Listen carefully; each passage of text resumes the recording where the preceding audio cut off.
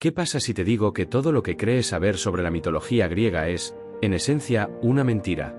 Que la verdadera historia no comenzó con los dioses del Olimpo, sino con una fuerza mucho más antigua y primordial. Una fuerza que no buscaba el poder, sino el orden. Una fuerza que es la arquitectura invisible de nuestra realidad. Nos han vendido la idea de que los titanes eran monstruos, gigantes ciegos y brutales que los dioses jóvenes de la luz tuvieron que derrotar. Pero, ¿y si esa es solo la versión de los ganadores? ¿Y si los titanes no eran los villanos, sino los creadores? Imagínate el universo antes de la existencia. No había nada. Solo un abismo.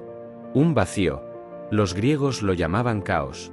Del caos surgieron las primeras entidades, pero no eran dioses ni mortales. Eran conceptos. Lo que vendría a ser la tierra, la noche, el día. Estos conceptos, al unirse, dieron a luz a la primera generación de dioses, los titanes. Fueron 12. 6 hermanos y 6 hermanas. Eran lo que los griegos llamaban Gea y Urano, la tierra y el cielo. Pero, más que ser un simple matrimonio, eran el primer acto de creación. Gea no era solo la tierra, era la materia, la forma, el potencial. Urano no era solo el cielo, era la inmensidad, el espacio, el límite que lo definía todo. Juntos, Gea y Urano produjeron a los titanes. Pero aquí está el primer secreto: los titanes no nacieron por casualidad. Cada uno de ellos era un pilar, un principio fundamental del universo. Cronos no era solo un nombre, era el concepto del tiempo. Rea no era solo una figura materna, era la madre de todo lo que es, la materia misma. Océano no era solo un río, era el ciclo interminable del agua, la circulación que da vida a todo. No eran seres que simplemente habitaban el mundo. Ellos eran el mundo. Cronos era el tiempo, no solo lo medía. Océano era la corriente, no solo la contenía. Esta idea cambia radicalmente todo. Si los titanes eran los principios de la realidad, entonces la guerra que vino después, la famosa titanomaquia, no fue solo una lucha por el poder. Fue un choque ideológico. La vieja guardia, que representaba el orden natural y caótico de la creación, contra la nueva guardia, que quería imponer un orden social y político. ¿Cómo pudo Zeus, el más joven de los dioses, derrocar a un ser que era la encarnación del tiempo? La respuesta a esta pregunta no es sencilla, y nos obliga a ver la mitología no como una serie de cuentos, sino como una metáfora profunda sobre la naturaleza, el poder y el cambio. En los siguientes capítulos, vamos a profundizar en cada uno de estos 12 pilares, revelando cómo cada uno de ellos no solo formó el mundo, sino que dejó un eco que aún resuena hoy en día. Si este tipo de viajes al pasado te fascina y quieres seguir descubriendo los secretos detrás de nuestros mitos, dale me gusta a este vídeo, suscríbete para no perderte la segunda parte de esta historia y déjame un comentario con tu titán favorito. Si el primer capítulo fue el nacimiento del orden, este es el primer gran error.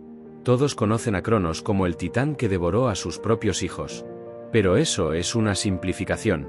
Esa historia no se trata de un monstruo sediento de poder, se trata de una fuerza fundamental que no podía escapar de su propia naturaleza.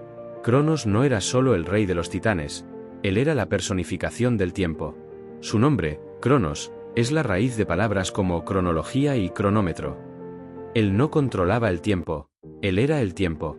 Y si lo piensas, el tiempo es una fuerza devoradora. Cada segundo que pasa, devora lo que fue, lo que eres, lo que tienes.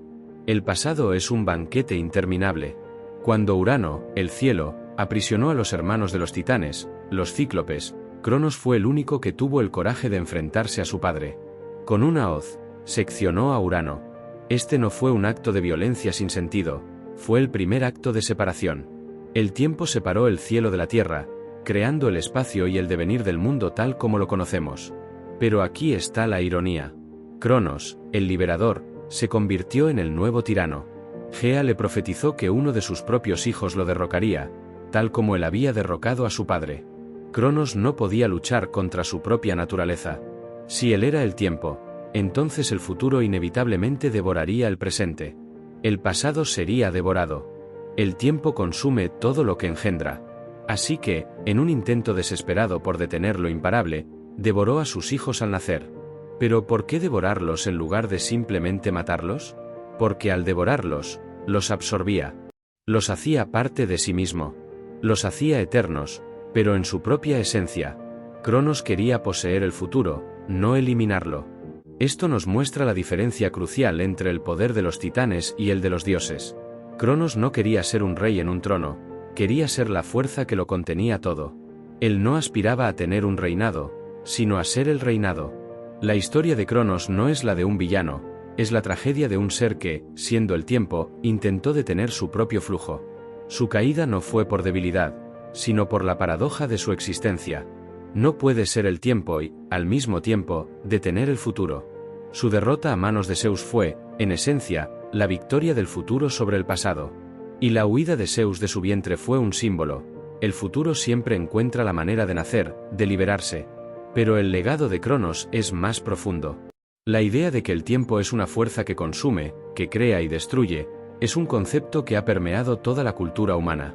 Cada vez que decimos que el tiempo cura todas las heridas o el tiempo se nos acaba, estamos, sin saberlo, invocando a Cronos. Su esencia sigue aquí, devorando cada segundo. Y la pregunta es, ¿acaso podemos escapar de la fuerza del tiempo que, inevitablemente, nos consume a todos? Si Cronos era la ley del tiempo que lo consumía todo, Rea era la contraparte, la materia primordial que lo generaba todo. La mayoría solo la conoce como la madre que escondió a Zeus para salvarlo, pero esa es una visión demasiado estrecha. Rea no era solo una madre, era la personificación de la tierra, pero no de la tierra como el suelo que pisas. Era la tierra en su forma más pura y maternal, la base fundamental de toda la existencia. Su nombre, Rea, significa algo parecido a flujo o corriente. Ella era el principio de la fecundidad incesante. Piensa en ella como la sustancia de la que todo está hecho. Es la arcilla en manos del alfarero. El concepto puro de lo material. En un universo donde Cronos devoraba el futuro, Rea lo creaba sin cesar. La historia de ella y su hijo, Zeus, no es solo un acto de rebeldía materna. Es un conflicto cósmico entre dos principios titánicos. Cronos, el tiempo, intentaba detener la marcha de la creación, la negaba. Rea, la materia, la impulsaba sin descanso, la afirmaba. El acto de engañar a Cronos con una piedra envuelta en pañales fue una genialidad estratégica. La piedra no era un simple sustituto, era un símbolo. Representaba la permanencia, lo inmutable. Rea le dio al tiempo algo que no podía consumir, algo que no podía cambiar. Ella le ofreció a Cronos su propio fracaso, el recordatorio de que, por más que se lo proponga, el tiempo no puede consumir la materia. Este acto de engaño no solo salvó a Zeus, sino que sentó un precedente. Rea mostró que, aunque el tiempo es una fuerza poderosa, la creación y la perseverancia de la materia pueden superarla.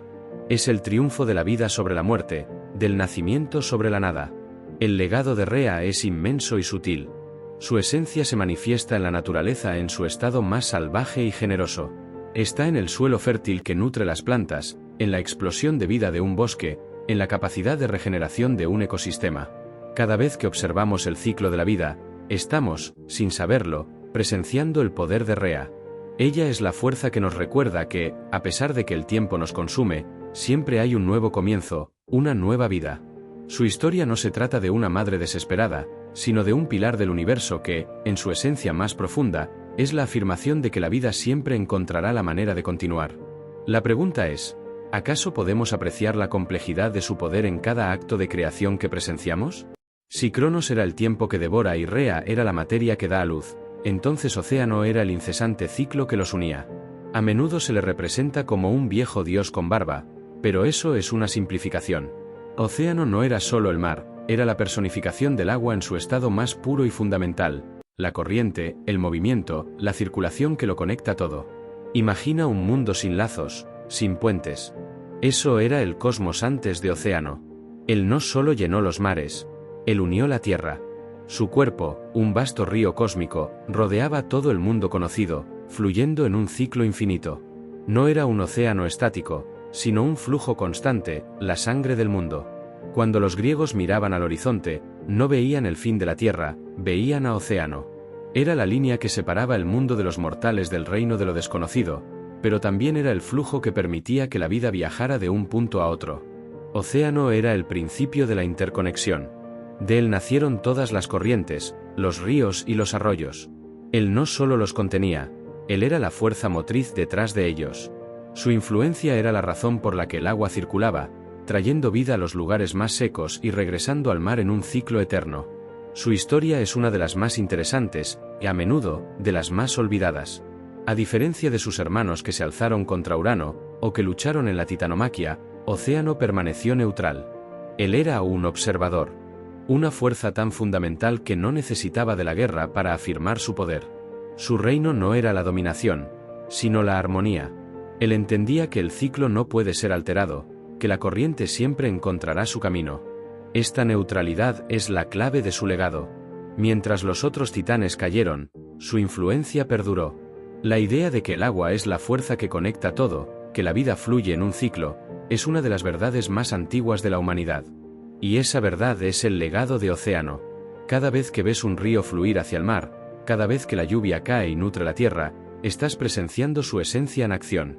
Océano nos enseña que el poder no siempre reside en la fuerza o en el conflicto, sino en la capacidad de conectar y nutrir. Su sabiduría es que la vida, como el agua, debe fluir. Y la pregunta es, ¿acaso podemos nosotros, como el agua, encontrar nuestro propio camino sin luchar contra la corriente? Ahora que hemos comprendido a Océano como el gran río que rodeaba al mundo, el flujo que lo mantenía en movimiento, es crucial hablar de su contraparte. Porque un río, por más majestuoso que sea, es solo un camino sin la vida que transporta. Si Océano era la corriente, su hermana y esposa, Tetis, era la abundancia misma, la fertilidad y la vida que florecen en cada gota de agua. La mayoría de la gente la confunde con la ninfa Tetis, la madre de Aquiles, pero esta es la titán original. Ella no solo habitaba los mares, ella era la fecundidad del agua. Su esencia era la explosión de vida que convierte un océano vacío en un ecosistema vibrante, una fuente en un hogar para criaturas, y una gota de lluvia en el sustento de una planta.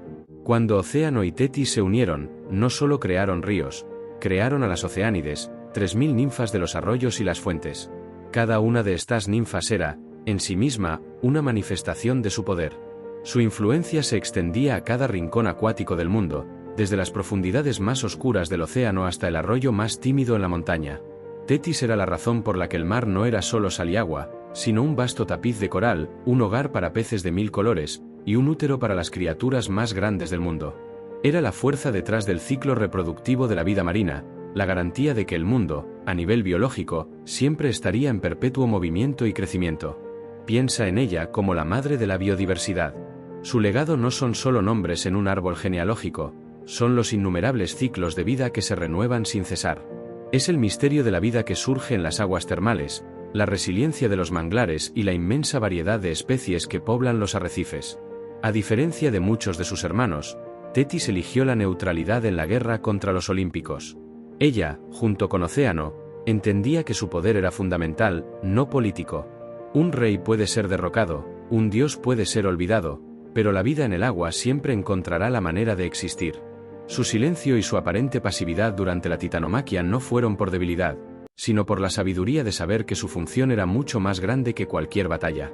Su historia nos enseña que el poder no siempre se mide en truenos o en espadas, sino en la capacidad de generar y nutrir. Su legado es la razón por la que la vida en nuestro planeta es tan abundante y diversa. Y la pregunta es, ¿acaso podemos ver su mano en la riqueza de cada océano, cada río y cada lago que vemos hoy? La historia de los titanes no es solo sobre lo que crearon, sino también sobre lo que perdieron. Y la caída de su reinado, la famosa titanomaquia, no fue un accidente. Fue la consecuencia de un error de cálculo. Un error tan profundo que fue, irónicamente, la semilla del Olimpo. Los titanes gobernaban el mundo. Cronos, con su dominio sobre el tiempo, y Rea, con su control sobre la materia, eran los reyes indiscutibles. El universo era un sistema regido por principios, no por caprichos. Pero la profecía de Urano pesaba sobre ellos. Uno de sus hijos, nacido de sus entrañas, los derrocaría. Para evitarlo, Cronos devoró a sus primeros 5 hijos. Lo que no previó fue la sexta, un bebé de nombre Zeus. Rea, desesperada por romper el ciclo de destrucción, tramó un plan. Al dar a luz a Zeus, lo escondió en una cueva en la isla de Creta. Y aquí está el error crucial. Cronos no devoró a un bebé, devoró una piedra envuelta en pañales. Y no es solo que se lo tragó, sino que, en su ceguera, se lo tragó sin dudar. Él, el dios del tiempo, no vio la diferencia entre la vida y la inercia, entre un futuro brillante y un pasado inerte. Su ceguera fue su perdición. Mientras tanto, en la cueva, Zeus crecía. No era un dios de la tierra o el mar, era el hijo del cielo. Fue alimentado por una cabra sagrada y protegido por ninfas, lejos del control de los titanes. El Olimpo no era una montaña, era un refugio. Un lugar que existía por la negación de los titanes, un error en su sistema. La ascensión de Zeus fue inevitable. Como una fuerza del destino, regresó para liberar a sus hermanos del estómago de su padre. Con la ayuda de Metis, la titánide de la sabiduría y su futura esposa, le dio a Cronos una poción. Al beberla, Cronos vomitó a sus hijos, ya adultos y llenos de resentimiento. Esto no fue solo una victoria, fue un acto simbólico. El tiempo no podía contener al futuro por más tiempo. Los titanes habían creado las fuerzas que se opondrían a ellos. La guerra que siguió, la titanomaquia, no fue un simple conflicto. Fue el choque entre el viejo orden y el nuevo. Los titanes, que eran la personificación de la naturaleza y los conceptos primordiales, contra los olímpicos, que eran dioses de la sociedad, la política y la cultura. Los titanes eran las reglas del universo, los olímpicos eran quienes las romperían para crear las suyas. La caída del reinado de Cronos no fue un accidente, fue el resultado de su propia arrogancia. Su incapacidad para ver lo que estaba justo frente a él, un engaño que le costaría su trono. El Olimpo es un recordatorio de que, a veces, el mayor error no es lo que haces, sino lo que no ves venir. Y la pregunta es, ¿acaso los titanes podían haber evitado su propia caída? La mayoría de la gente conoce a Zeus como el dios del rayo y el sol, a Apolo. Pero la verdad es mucho más profunda. Antes de los olímpicos, la luz en el mundo no era una herramienta ni un capricho divino. Era un titán. Un principio fundamental del universo. Hiperión, cuyo nombre significa el que va por encima, no solo era el dios del sol, era la personificación de la luz misma. Imagina un mundo antes de él. Una existencia regida por la noche y el caos. Hiperión fue el que se alzó y trajo el primer amanecer. Su poder no era el calor, ni la capacidad de quemar, sino la simple existencia de la luz. La luz que revela, que define formas y sombras, que diferencia el día de la noche. Su legado no es solo el sol. Es la iluminación. La iluminación no solo en el sentido de la luz física, sino también en el del conocimiento. Hiperión, al traer la luz al mundo, también trajo el entendimiento, la percepción, la capacidad de ver más allá de la oscuridad de la ignorancia. Su esencia está en cada destello de una idea, en cada momento de claridad que tenemos. El sol, Helios, su hijo, es solo una manifestación. Un vehículo. Pero el verdadero poder, el concepto primordial de la luz, reside en Hiperión. Es como si el sol que vemos cada mañana fuera el legado de un padre que ya no está, una memoria de la fuerza que una vez definió nuestro universo. A diferencia de muchos de sus hermanos, la historia de Hiperión es más abstracta que física. Su contribución no se mide en guerras o en engaños, sino en el simple e incesante acto de traer la luz a la oscuridad. El poder de Hiperión es una fuerza tan fundamental que los olímpicos no podían erradicarla, solo podían adaptarla. Crearon a Apolo como el nuevo dios del sol, pero el sol siempre ha sido, y siempre será, una manifestación de la luz. El legado de Hiperión es la razón por la que la luz es tan vital para nosotros. Es la luz la que permite la vida, la que da forma al tiempo y la que nos permite, en esencia, ver y entender nuestro mundo. Y la pregunta es, ¿acaso podemos mirar al sol y ver el verdadero origen de la luz, el titán que nos dio la visión y el conocimiento?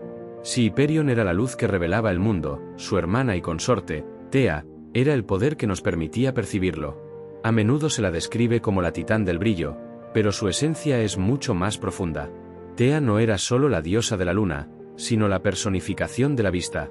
Imagina un mundo donde la luz existe, pero nadie puede verla.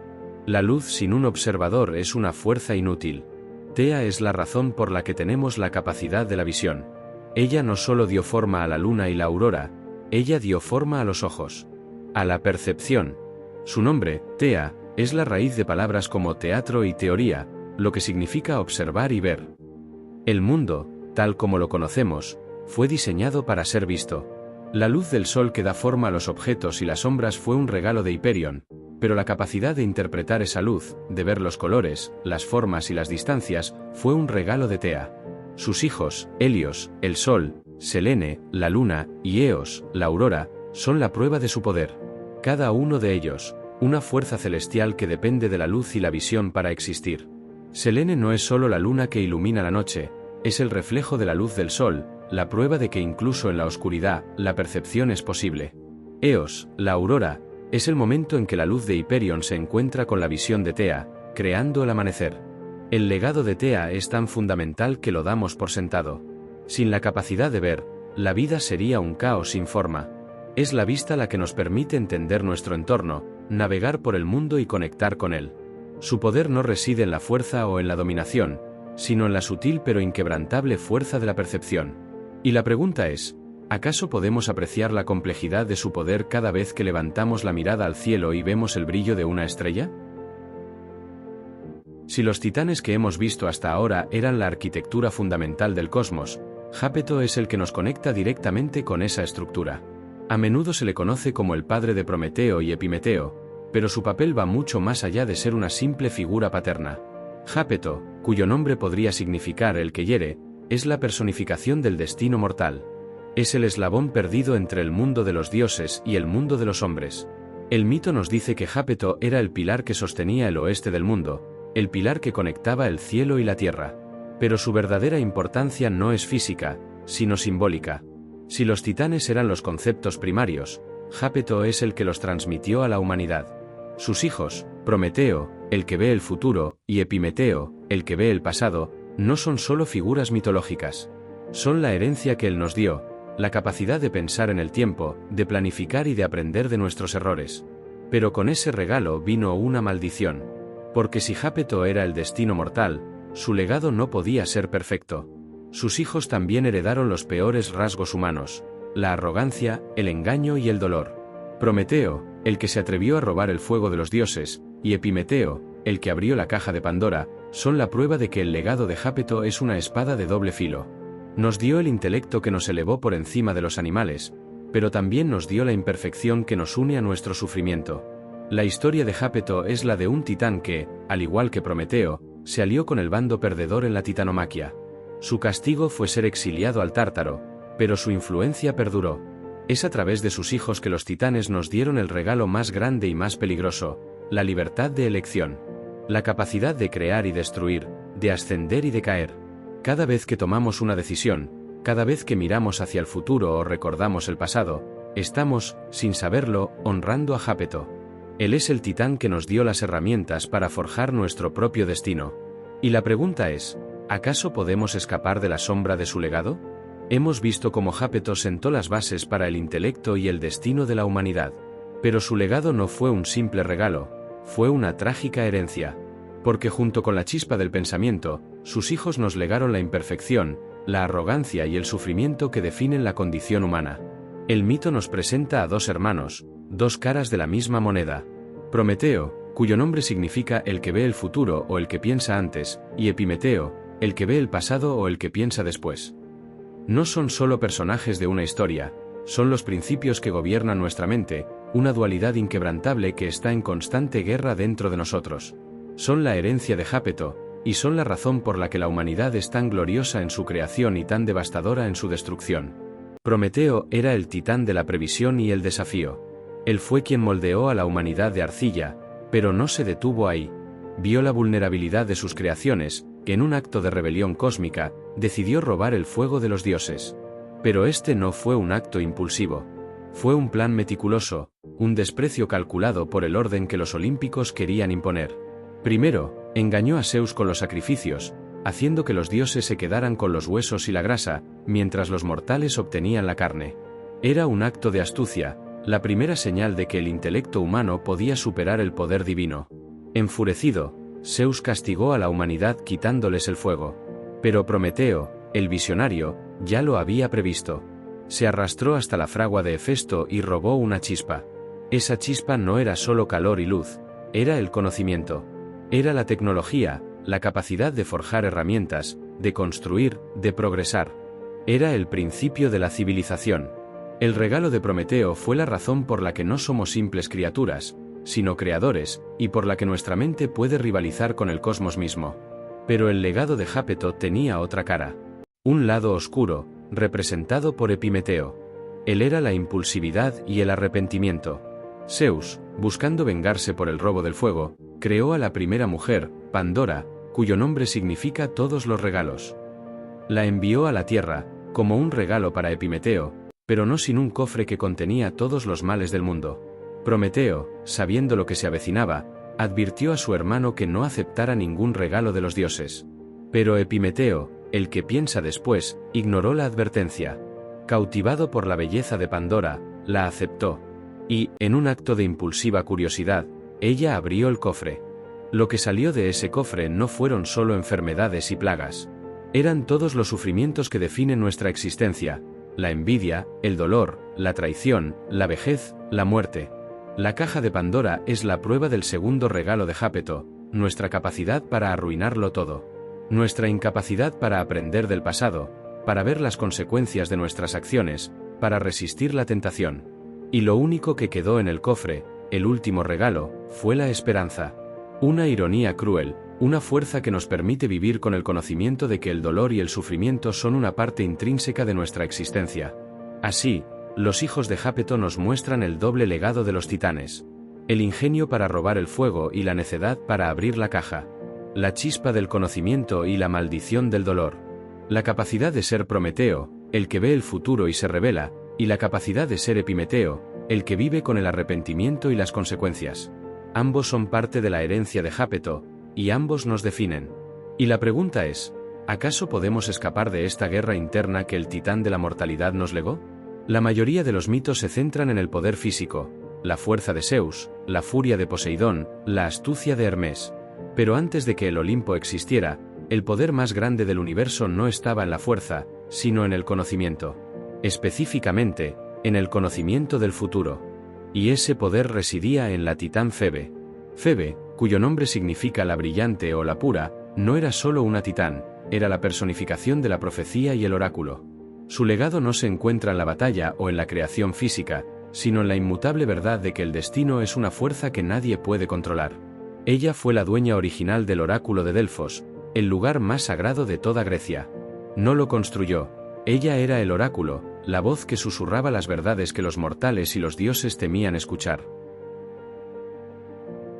El oráculo de Delfos no era solo un templo para consultas, era el punto de conexión entre el mundo mortal y las fuerzas primordiales. Era un lugar donde la mente humana, finita y limitada, podía tocar el vasto e ilimitado plano del destino.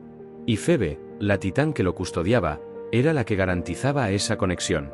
Su papel en la historia no se entiende a través de sus acciones, sino a través de su influencia. Fue ella quien se lo entregó a su nieto, Apolo, el dios de la profecía, la poesía y la música. Pero Apolo no la reemplazó, simplemente se convirtió en su sucesor.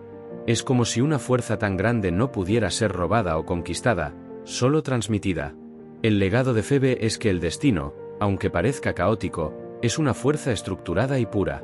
Su poder no es el de una bruja que lanza hechizos, sino el de un observador de la verdad. El oráculo de Delfos se convirtió en el centro del mundo griego porque era un lugar donde la verdad, por dolorosa que fuera, siempre podía ser encontrada. Desde los reyes que querían saber si ganarían una batalla, hasta los mortales que buscaban un camino en la vida, todos recurrían a Febe. Y la ironía es que, a pesar de que los titanes perdieron la guerra, el legado de Febe perduró. El destino, la profecía, el conocimiento del futuro, no son conceptos que los olímpicos crearon. Son un principio titánico que Zeus y los otros dioses se vieron obligados a aceptar. Su existencia demuestra que incluso después de la titanomaquia, la influencia de los titanes sobre el mundo no se desvaneció, sino que se transformó. La historia de Febe nos enseña que algunas verdades son tan fundamentales que no pueden ser derrotadas. Y la pregunta es, ¿acaso podemos mirar a las estrellas y ver el destino que nos espera, al igual que Febe lo hacía? Si Febe era la inmutable voz del destino, su hermana, Temis, era la fuerza que aseguraba que ese destino se cumpliera con orden. A menudo la conocemos como la diosa de la justicia, pero eso es una simplificación. Temis, cuyo nombre significa ley divina, no era solo un concepto, era la personificación del orden moral y el juicio justo. Antes de los dioses olímpicos, no existían tribunales, ni leyes escritas, ni códigos morales. Había solo el poder crudo y la voluntad de los más fuertes. Pero Temis trajo la ley a la existencia. No la ley que se escribe en pergaminos y se debate en asambleas, sino la ley inherente al universo, el principio de que hay un orden correcto para las cosas, un equilibrio que debe ser mantenido. Temis era la consejera de los dioses. Se sentaba al lado de Zeus y le susurraba la verdad. Su poder era tan inmenso que Zeus, el rey de los cielos, no podía ignorarla. Ella le dio los consejos que formaron las estaciones, las leyes de la naturaleza y los matrimonios divinos. Su sabiduría no era la de la estrategia militar, sino la de la armonía cósmica. Ella es la razón por la que hay un ciclo de día y noche, por la que la primavera sigue al invierno y por la que los mares se detienen en la orilla. Cada vez que observamos el orden en el universo, ya sea en la órbita de un planeta o en la simetría de un copo de nieve, estamos viendo el legado de Temis. Su esencia es la certeza de que el universo es un lugar de equilibrio y reciprocidad. Pero su legado más importante no es físico, sino moral. El concepto de que la justicia no es la venganza, sino la restauración del equilibrio, es un regalo de Temis. Ella no se regía por la pasión, sino por la lógica. Su juicio no se basaba en el favoritismo, sino en la imparcialidad. En un mundo donde los dioses a menudo actuaban por capricho, Temis era el ancla que mantenía el orden. Y al igual que Febe, su influencia perduró. Zeus no la encarceló, la hizo su consejera más confiable. El concepto de la justicia, la idea de que debe haber un castigo para el crimen, no es una creación olímpica. Es un principio titánico. Su existencia es la prueba de que, incluso después de la derrota, los pilares de la realidad que los titanes construyeron no pudieron ser demolidos, solo incorporados. La historia de Temis nos enseña que el verdadero poder no reside en la fuerza para dominar, sino en la sabiduría para equilibrar. Y la pregunta es, ¿acaso podemos mirar a nuestro mundo y ver el orden que Temis nos dejó, y la necesidad de mantenerlo? Piensa en la memoria, no como el simple acto de recordar, sino como la fuerza que da forma a la realidad, como el hilo que conecta el pasado con el presente. Antes de los filósofos, antes de los poetas, la memoria no era un concepto humano, era una titán. Y su nombre era Mnemosine. A menudo se la conoce como la madre de las 9 musas, las diosas de la música, la poesía y las artes. Pero su verdadero poder va mucho más allá de ser una figura materna. Mnemosine, cuyo nombre significa memoria, era la personificación de la memoria colectiva del universo. No solo la memoria de los dioses o de los mortales, sino la memoria de la Tierra, de las estrellas, de cada átomo que ha existido. Ella no solo recordaba lo que había sucedido, ella era el depósito de la verdad. El universo entero era su mente. Cada evento, cada pensamiento, cada acto de creación, estaba archivado en ella. Su poder no era el de crear, sino el de preservar. Era el pilar que aseguraba que nada, ni siquiera el tiempo, se perdiera en el olvido. Cuando Zeus se unió a ella, no fue un acto casual. Fue un acto estratégico. Zeus, el dios de la acción, el que derrocó a la vieja guardia, necesitaba a Mnemosine para legitimar su poder. Si los titanes eran el pasado, Zeus necesitaba una forma de conectar su reinado con ese pasado para que no pareciera una simple usurpación. Y Mnemosine era esa conexión. Las musas, sus hijas, no solo eran inspiración. Eran el legado de esa unión. Eran la manifestación de cómo la memoria se convierte en arte, en historia, en poesía. A través de ellas, la memoria de la humanidad se transforma en narrativas que nos enseñan quiénes somos, de dónde venimos y a dónde vamos. El legado de Mnemosine es la razón por la que la historia es importante. Es la razón por la que las tradiciones perduran. Cada vez que contamos una historia, cada vez que recordamos un momento importante, estamos invocando su esencia. Ella es la fuerza que nos permite aprender de nuestros errores y celebrar nuestros triunfos. La historia de Mnemosine nos enseña que el verdadero poder no está en lo que creamos, sino en lo que somos capaces de recordar. Y la pregunta es, ¿acaso podemos apreciar el poder de la memoria, el archivo del universo que nos permite ser quienes somos? Cuando pensamos en el universo, lo vemos como un lugar de caos. Un espacio vacío, vasto e ilimitado. Pero antes de que fuera un lugar de galaxias y estrellas, era un lugar de pura lógica y orden. Y ese orden fue un regalo de un titán, Ceo, la personificación de la inteligencia y la racionalidad. A menudo, la gente lo confunde con un dios menor o lo ignora por completo. Pero su poder no residía en la fuerza, sino en el pensamiento. Ceo, cuyo nombre significa visión o inteligencia, era la razón por la que el cosmos era comprensible. Era el principio de la lógica, el intelecto que organiza la información y le da sentido al caos. El universo no es aleatorio, tiene reglas, patrones, leyes de la física que lo gobiernan. Y la razón por la que existen esas reglas es por Theo. Era él quien sentaba las bases para la organización mental, el intelecto que da forma a las estrellas, que crea las constelaciones y que permite que la naturaleza funcione con una precisión milimétrica. Su legado no es solo el de la inteligencia, es el de la curiosidad intelectual. La necesidad de entender, de analizar, de buscar la verdad detrás de las apariencias. Es la fuerza que nos impulsa a buscar las respuestas a las preguntas más grandes del universo. Su poder no es el de saberlo todo, sino el de ser la fuente de la sabiduría. Su unión con Febe, la titán de la profecía, no es una coincidencia. La profecía sin la lógica es un caos de información. Y la lógica sin la profecía es un ejercicio inútil. Theo le dio a Febe el orden que necesitaba para que sus visiones tuvieran sentido, para que la verdad pudiera ser comprendida. Y sus hijas, Leto y Asteria, son un reflejo de su poder. Leto es la titán de la maternidad y la luz, pero también de la modestia y el silencio. Asteria es la titán de las estrellas y las profecías nocturnas. Ambas son un reflejo de la calma y la lógica de su padre. La historia de Theo nos enseña que la inteligencia no es solo una herramienta, sino un pilar fundamental del universo. Su esencia es la razón por la que el universo es un lugar de orden, y por la que nosotros, como seres humanos, tenemos la capacidad de comprenderlo. Y la pregunta es, ¿acaso podemos mirar a las estrellas y ver el orden que Theo nos dejó, la lógica que gobierna el cosmos y la necesidad de entenderlo? La mayoría de nosotros miramos al cielo y vemos un vasto lienzo de estrellas y planetas. Pero para los antiguos griegos, el cosmos era un ser vivo, con sus propios pilares y sus propias reglas. Y una de esas reglas era la conexión entre el cielo y la tierra. Esa conexión fue el regalo de un titán, Crío, la personificación de la observación y la unión celestial.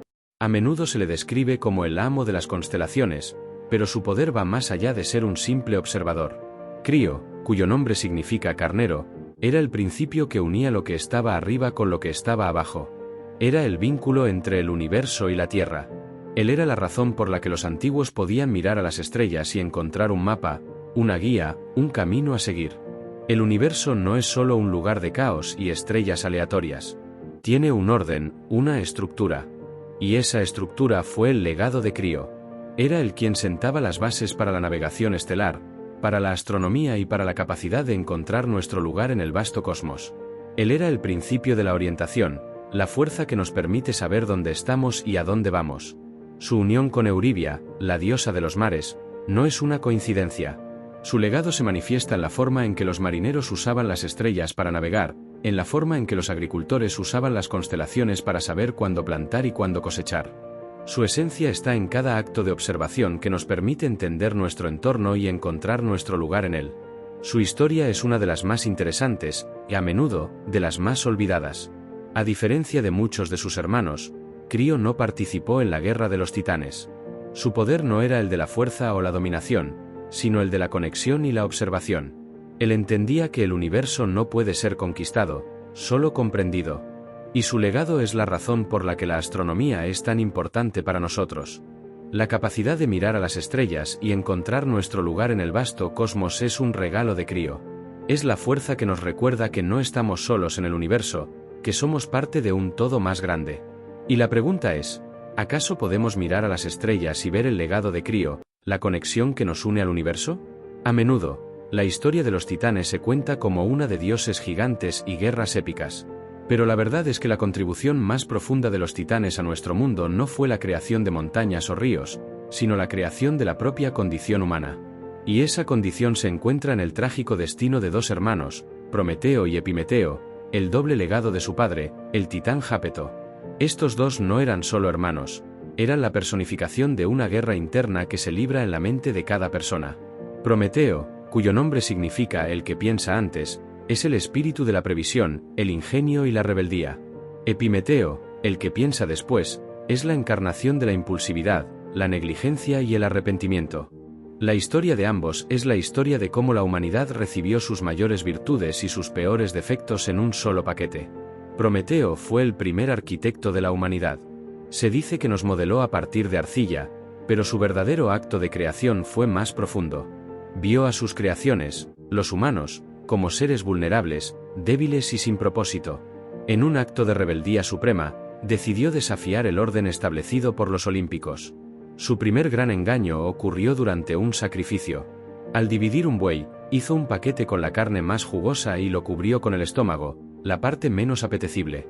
El otro paquete lo llenó con huesos y grasa, pero lo cubrió con un aspecto apetitoso. Zeus, engañado por la apariencia, eligió el paquete de huesos, un error que le costaría caro. Este acto, una simple burla, fue el primer paso de la humanidad hacia la astucia y la rebeldía. Enfurecido, Zeus castigó a la humanidad quitándoles el fuego, un castigo que no solo los dejaba a oscuras, sino que también les impedía el progreso. Pero Prometeo, el visionario, ya lo había previsto. Se infiltró en el Olimpo y robó una chispa del fuego sagrado, el fuego de Hefesto. Pero ese fuego no era solo calor y luz, era el fuego de la tecnología, el conocimiento y la civilización. El fuego que permitió a los humanos forjar herramientas, construir refugios y, lo más importante, pensar. Pero la historia no termina ahí. Zeus, buscando venganza, creó a la primera mujer, Pandora, y la envió a la tierra como un regalo para Epimeteo, su hermano. Epimeteo, el impulsivo, aceptó el regalo a pesar de la advertencia de Prometeo. Y con ella vino una caja, sellada por orden de Zeus. A pesar de las advertencias, Pandora, impulsada por la curiosidad humana, abrió la caja. Lo que salió de ella no fueron solo enfermedades y plagas, sino todos los males que definen la existencia humana: la vejez, la envidia, la locura, el vicio. Lo único que quedó en el fondo de la caja, el último regalo, fue la esperanza. La esperanza, un consuelo que, al final, es lo que nos permite soportar el sufrimiento. Así, los hijos de Jápeto nos dieron la capacidad de ser Prometeo, de tener la previsión para innovar, la audacia para desafiar el orden y la inteligencia para crear. Pero también nos dieron la capacidad de ser Epimeteo, de actuar sin pensar, de ceder a la curiosidad y de pagar el precio de nuestros errores. La historia de Prometeo y Epimeteo no es solo un mito, es la explicación de nuestro propio comportamiento. Es la razón por la que podemos alcanzar las estrellas, pero también la razón por la que nos destruimos a nosotros mismos. Y la pregunta es, ¿acaso podemos mirar a nuestro mundo y ver esta dualidad, esta constante lucha entre la previsión y la impulsividad, y entender que es el verdadero legado de los titanes? Hemos visto a los titanes como las fuerzas primordiales que dieron forma al cosmos, a la Tierra y a la humanidad misma. Pero si miras de cerca sus mitos, verás que el verdadero poder de los titanes no era físico, no residía en su tamaño o en su fuerza bruta. El verdadero poder de los titanes era mental. Cronos no era solo el titán que se comió a sus hijos, era la personificación del tiempo, la ley que rige el universo. Océano no era solo un río, era el principio de la circulación y la interconexión del mundo. Febe no era una simple profeta, era la encarnación de la profecía y el destino.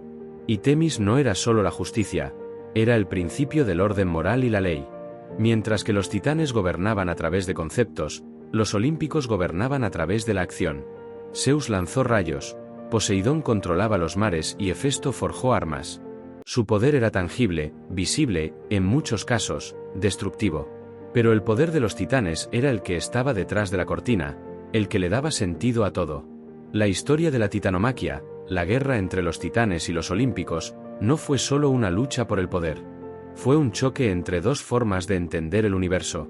Los titanes veían el mundo como un sistema regido por leyes y principios. Los olímpicos lo veían como un lugar para ser conquistado, para ser gobernado. Y en esa guerra, el poder físico triunfó sobre el poder mental. Pero los titanes no fueron derrotados por completo. El legado de su poder mental perduró. El tiempo sigue fluyendo, la ley moral sigue existiendo y el destino sigue siendo una fuerza inmutable. Los olímpicos no pudieron borrar la esencia de los titanes, solo pudieron incorporarla a su propio reinado. La historia de los titanes nos enseña que el verdadero poder no reside en lo que controlas, sino en lo que eres capaz de entender. Y la pregunta es, ¿acaso podemos mirar a nuestro mundo y ver esta lucha constante entre el poder físico y el poder mental, y entender que es el verdadero legado de los titanes? La historia de la titanomaquia nos dice que Zeus derrocó a los titanes por la fuerza bruta de su rayo. Pero esa es la versión simplificada, la que nos han vendido. La verdad es que Zeus no derrotó a los titanes, él fue el resultado de su mayor error. Y su ascenso al poder no fue el triunfo del orden, sino la encarnación de la rebelión y el caos. Cronos, el titán del tiempo, devoró a sus hijos para evitar la profecía de su padre. Pero al hacerlo, se convirtió en una parodia de su propia esencia. El tiempo que devora lo que crea. Rea, su esposa, la titán de la materia, lo engañó con una piedra. Y aquí está la ironía más grande. Al hacer que Cronos tragara una piedra, Rea hizo que él se tragara su propia perdición. Mientras sus hermanos crecían en el estómago de su padre, Zeus crecía en el mundo real, libre de las leyes de los titanes. Fue criado en una cueva en Creta, alimentado por una cabra, lejos de la influencia de Cronos. Su ascenso no fue un simple acto de fuerza, fue un acto de liberación. Al obligar a Cronos a vomitar a sus hermanos, Zeus no solo los liberó, también liberó al universo de la ley de los titanes. La guerra que siguió, la titanomaquia, no fue solo una lucha por el poder. Fue el choque entre dos ideologías. Los titanes, que gobernaban a través de leyes abstractas y principios inmutables, contra los olímpicos, que gobernaban a través de la voluntad y la pasión. Los titanes veían el universo como un sistema. Los olímpicos lo veían como un lugar para ser gobernado. El ascenso de Zeus al poder no fue una victoria para el orden. Fue una victoria para el caos. Los titanes, con su poder mental y conceptual, fueron reemplazados por los olímpicos, con su poder físico y emocional. Y el mundo que conocemos hoy, con sus guerras, sus pasiones y sus errores, es el reflejo de ese cambio.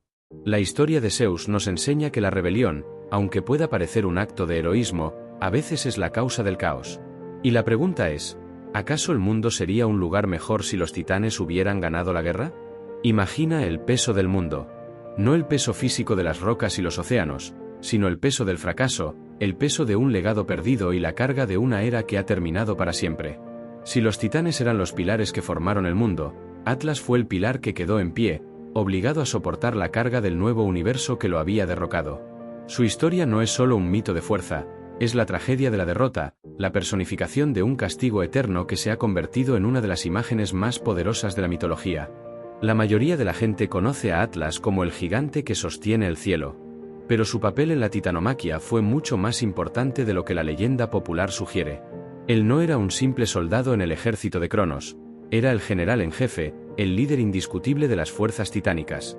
Fue él quien encabezó la carga contra los olímpicos. Fue su estrategia, su fuerza y su liderazgo lo que casi le da la victoria a los titanes. Su derrota no fue solo la derrota de una guerra, fue la derrota de un liderazgo. Y por eso, su castigo no podía ser el mismo que el de sus hermanos. Zeus, en su ira, no lo arrojó al Tártaro. En lugar de eso, lo condenó a una eternidad de tormento, a sostener el cielo sobre sus hombros, en los confines occidentales del mundo conocido. Pero, ¿por qué el cielo? ¿Por qué no un castigo más convencional? La respuesta es que el castigo de Zeus no era solo físico, era una metáfora brutal. El cielo que Atlas sostenía no era solo la esfera celestial, era el cielo de los olímpicos. Él, el líder de los titanes, fue condenado a sostener el mundo de sus enemigos. Era una humillación eterna, una demostración pública de que la era de los titanes había terminado y que él, su gran general, estaba condenado a ser el pilar que sostenía el triunfo de la nueva guardia. El castigo de Atlas no es una simple leyenda, es un arquetipo que ha permeado toda nuestra cultura. Cuando decimos que alguien tiene el peso del mundo sobre sus hombros, estamos, sin saberlo, invocando a Atlas. La imagen de él, solitario y encorvado, es el símbolo de la carga que llevamos todos. El peso de las responsabilidades, de las expectativas, de los fracasos. Él es el héroe trágico que luchó por un mundo que ya no existía y fue condenado a ser un monumento a su propia derrota. Hay un detalle fascinante en su mito.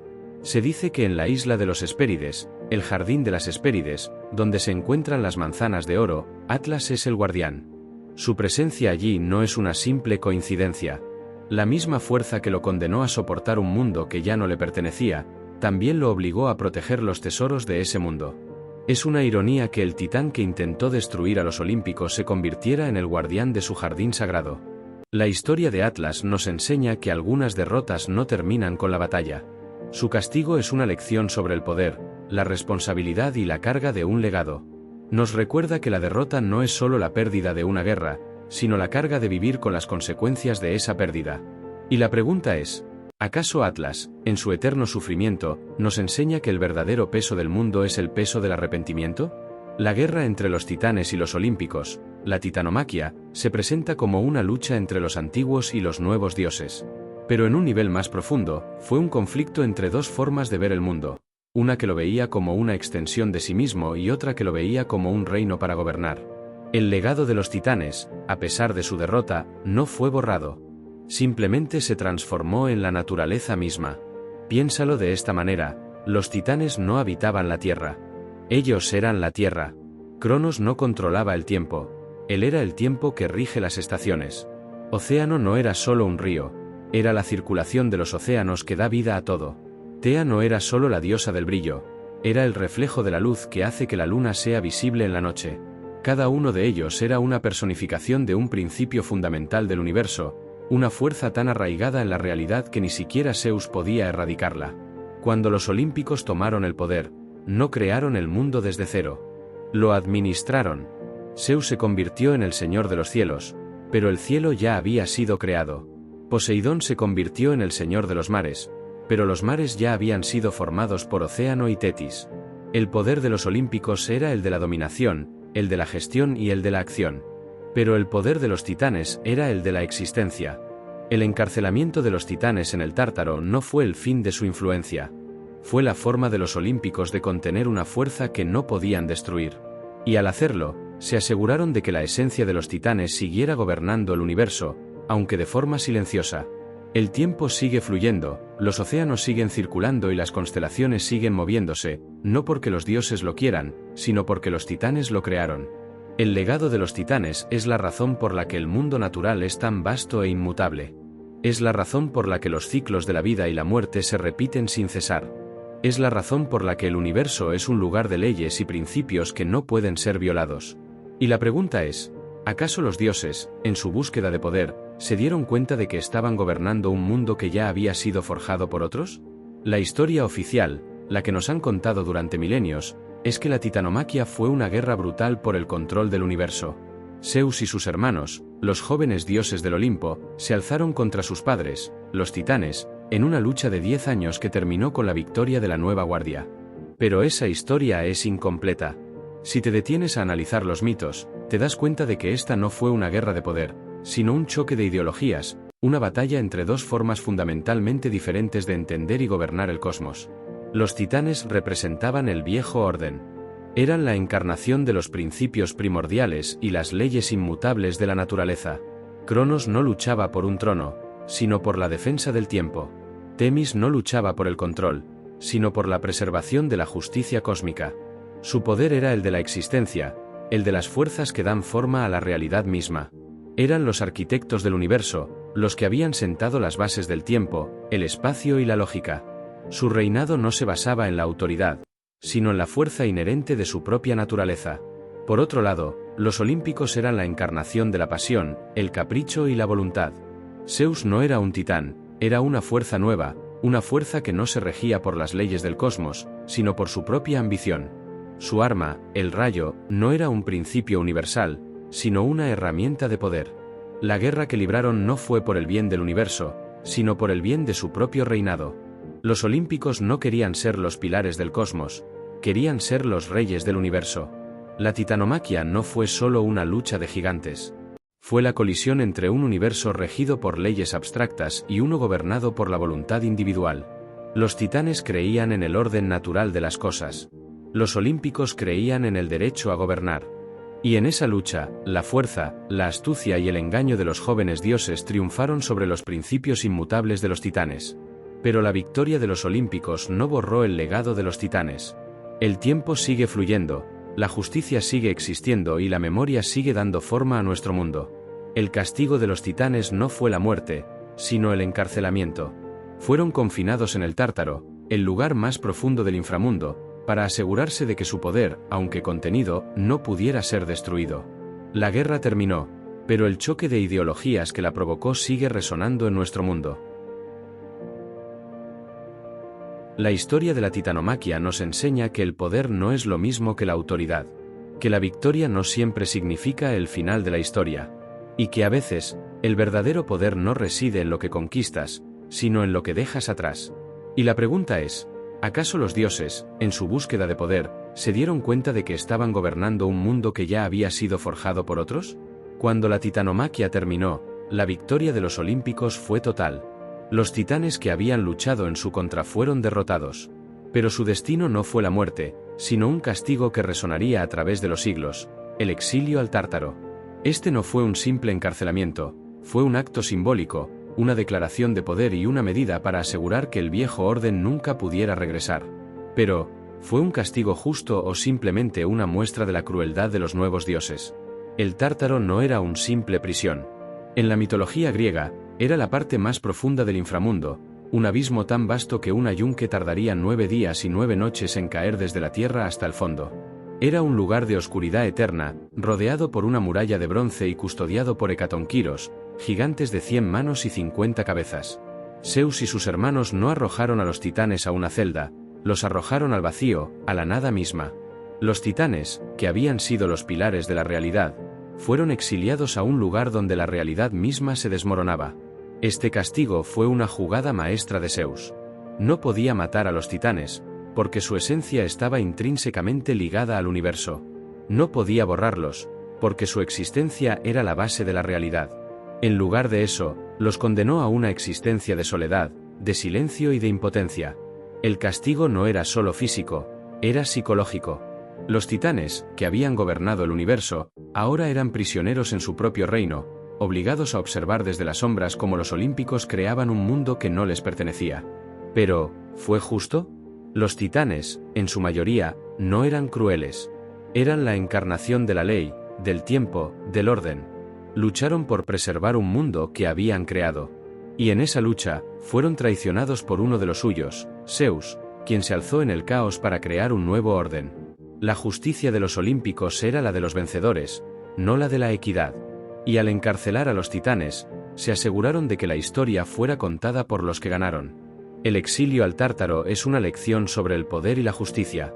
Nos enseña que la historia siempre es escrita por el que gana, que el bien y el mal a menudo son una cuestión de perspectiva, y que, a veces, el castigo más cruel no es la muerte, sino la condena a la irrelevancia. Y la pregunta es, ¿acaso los titanes, en su soledad, nos enseñan que el verdadero castigo es la soledad? La historia de los titanes, con su grandeza y su derrota, no se limita a los antiguos mitos. Su influencia es tan profunda que se ha manifestado en el lugar más vasto y majestuoso que podemos contemplar, el cosmos. Si te detienes a pensarlo, los nombres de los titanes, esas fuerzas primordiales que dieron forma al mundo, están grabados para siempre en los planetas, las lunas y las estrellas que nos rodean. La astronomía, la ciencia que busca comprender el universo, es, sin saberlo, un tributo silencioso a los titanes. El planeta Saturno, por ejemplo, no es solo un gigante gaseoso con anillos majestuosos. Su nombre es la versión romana de Cronos, el titán que personificaba el tiempo. La elección no es una coincidencia. Cronos, el más lejano de los planetas conocidos por los antiguos y el que tenía el periodo orbital más largo, era el reloj cósmico, el que marcaba el tiempo del universo. El nombre de este planeta no es solo un homenaje, es un recordatorio de que el tiempo, la esencia de Cronos, es una fuerza que rige todo el cosmos. Pero la influencia de los titanes no se detiene en los planetas. Se extiende a sus lunas. Titán, la luna más grande de Saturno, lleva el nombre de la raza en sí misma. Sus lunas más pequeñas están salpicadas con nombres de titanes y sus descendientes. La luna Mimas, cuyo nombre proviene del gigante Mimas, hijo de Gea y Urano, es un claro ejemplo. O la luna Encelado, que lleva el nombre de uno de los gigantes que luchó contra los dioses. Incluso los planetas más lejanos, los que fueron descubiertos por la ciencia moderna, llevan la huella de los titanes. El planeta Urano lleva el nombre del padre de los titanes. Y si nos adentramos más en las profundidades del espacio, encontramos que sus lunas llevan los nombres de los hijos de Urano y Gea. La luna Titania, la más grande de Urano, fue nombrada en honor a la reina de las Titánides, Febe. Y la luna Oberón lleva el nombre del rey de las hadas, pero su nombre fue inspirado por una de las hijas de Urano. La astronomía, al nombrar estos cuerpos celestes en honor a los titanes, no solo está rindiendo homenaje a la mitología, está reconociendo, de una forma subconsciente, que los titanes son la arquitectura del universo. Son las fuerzas que le dan forma, que lo rigen, que lo hacen comprensible. La ciencia, en su búsqueda de orden en el caos del cosmos, ha recurrido, sin saberlo, a la mitología que se creó para explicar ese mismo orden. El legado de los titanes no fue borrado por los dioses. Simplemente se transformó en las estrellas, las lunas y los planetas que nos rodean. Su historia no es una de derrota, sino de perdurabilidad. Y la pregunta es, ¿acaso podemos mirar al cielo nocturno y ver el verdadero legado de los titanes, grabado para siempre en las estrellas? La titanomaquia se nos presenta como una guerra de destrucción. Una batalla de 10 años que terminó con la aniquilación de un viejo orden. Pero si miras más allá de la brutalidad de la guerra, verás que la historia es una de creación. Porque de los restos del mundo titánico, los olímpicos, sin siquiera darse cuenta, honraron a sus predecesores, construyendo su reinado sobre las mismas bases que habían intentado destruir. Piensa en el momento en que Zeus y sus hermanos liberaron a los cíclopes y los hecatonquiros del Tártaro. A cambio de su liberación, los cíclopes le dieron a Zeus el rayo, a Poseidón el tridente y a Hades el casco de la invisibilidad. Estas no eran armas de creación, sino herramientas de poder y dominación. Con estas armas, los olímpicos ganaron la guerra y sellaron su victoria. Pero para gobernar un universo, no necesitas solo armas. Necesitas principios. Y para encontrar esos principios, los olímpicos, de forma subconsciente, tuvieron que recurrir a los titanes. El tiempo, la justicia, la memoria, la profecía, todos estos conceptos eran los titanes mismos. Cuando Zeus se convierte en rey, no crea el tiempo, simplemente lo usa. Cuando Poseidón se convierte en el señor de los mares, no crea los océanos, simplemente los gobierna. La victoria de los olímpicos fue una victoria de la gestión sobre la creación. Y para gestionar un mundo, tuvieron que recurrir a los mismos principios que los titanes habían creado. El legado de los titanes no fue destruido en la guerra. Fue incorporado. La titanomaquia no fue el final del mundo de los titanes, sino el comienzo de un nuevo mundo que se construyó sobre sus cimientos. La historia de los titanes y los olímpicos no es una de destrucción y creación, sino de destrucción que lleva a la creación. Es un recordatorio de que a veces, para construir algo nuevo, tienes que usar los ladrillos del pasado. Y la pregunta es, ¿acaso los dioses, en su búsqueda de poder, se dieron cuenta de que estaban gobernando un mundo que ya había sido forjado por otros? La mitología griega está llena de ciclos de violencia familiar, y ninguno es más evidente que el que une a los tres reyes del cosmos. Urano, el padre de los titanes, fue derrocado por su hijo Cronos. Cronos, a su vez, fue derrocado por su hijo Zeus.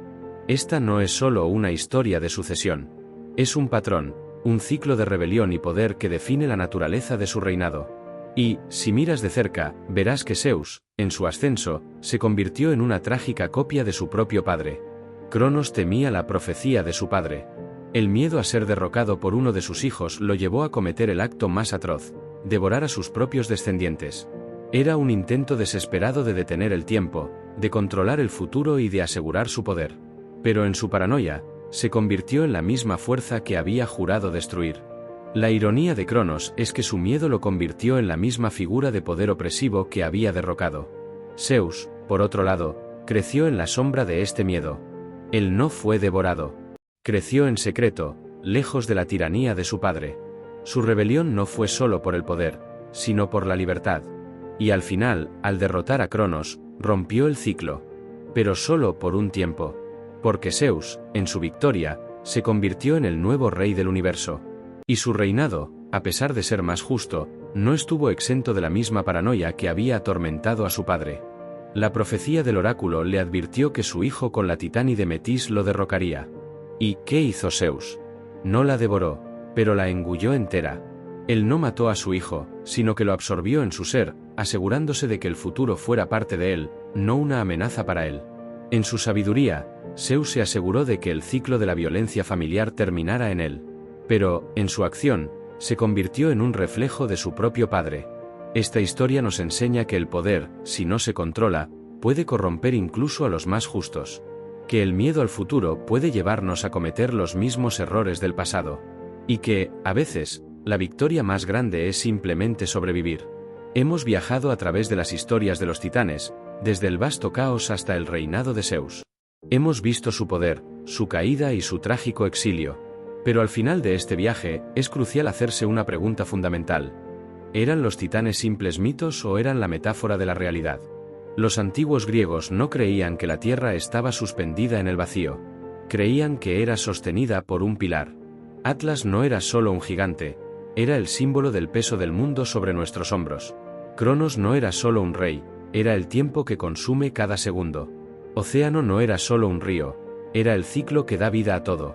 Los titanes no eran dioses en el sentido que conocemos hoy. Eran los pilares del mundo, los principios fundamentales que le daban sentido al universo. La mitología de los titanes no era solo un cuento de gigantes, sino un intento de los antiguos de entender el mundo que los rodeaba, de darle un nombre a las fuerzas invisibles que rigen la naturaleza. El miedo al tiempo, el anhelo de orden, la certeza de la justicia, la fuerza de la memoria. Todos estos conceptos, que hoy consideramos abstractos, eran para los griegos una fuerza viva, un titán. La guerra que libraron los titanes y los olímpicos no fue solo una lucha entre dos generaciones de dioses, sino una batalla entre el mundo de las leyes inmutables y el mundo de la voluntad humana. Los olímpicos, con su poder y su pasión, ganaron la guerra. Pero el mundo que crearon no podía existir sin los principios que los titanes habían establecido. El tiempo sigue fluyendo, la justicia sigue existiendo y la memoria sigue dando forma a nuestra realidad. La historia de los titanes no fue la historia de su derrota, sino la historia de su transformación. De seres divinos a fuerzas abstractas que rigen nuestro universo. Y la pregunta es, ¿acaso podemos mirar a nuestro mundo y ver los pilares que los titanes nos dejaron, la arquitectura invisible que le da sentido a nuestra existencia? Hemos llegado al final de nuestro viaje. Hemos explorado el origen de los titanes, su papel en la creación del mundo, su trágica caída y su silencioso legado en el cosmos y la psique humana. Pero, antes de terminar, hay una última pregunta que debemos hacernos. ¿Los titanes, exiliados en el Tártaro, derrotados y olvidados, siguen gobernando nuestro mundo hoy? La respuesta no está en el cielo ni en el inframundo. Está en nosotros. Los titanes no eran solo mitos, eran la personificación de las fuerzas que rigen nuestro universo. Y aunque los olímpicos crearon un nuevo orden, nunca pudieron erradicar esas fuerzas. El tiempo, la memoria, la justicia y la ley son conceptos que damos por sentados, pero que son el verdadero legado de los titanes. Cada vez que miramos un reloj, cada vez que recordamos un evento importante, cada vez que buscamos la verdad, estamos, sin saberlo, honrando a los titanes. Pero su influencia es más profunda que eso. Los titanes no solo son los principios del universo, también son los principios de nuestra mente. La lucha entre la previsión y la impulsividad, entre el orden y el caos, entre la razón y la pasión, es una lucha que se libra en cada uno de nosotros. Y esa lucha es el verdadero legado de los titanes. Los titanes no fueron derrotados. Simplemente se transformaron. De gigantes que caminaban sobre la tierra a fuerzas abstractas que rigen nuestro mundo desde las sombras. Son la arquitectura invisible de nuestra realidad, el eco de un mundo que fue y la promesa de un futuro que se rige por las mismas leyes que ellos crearon. La historia de los titanes no es la historia de su derrota, sino la historia de su perdurabilidad.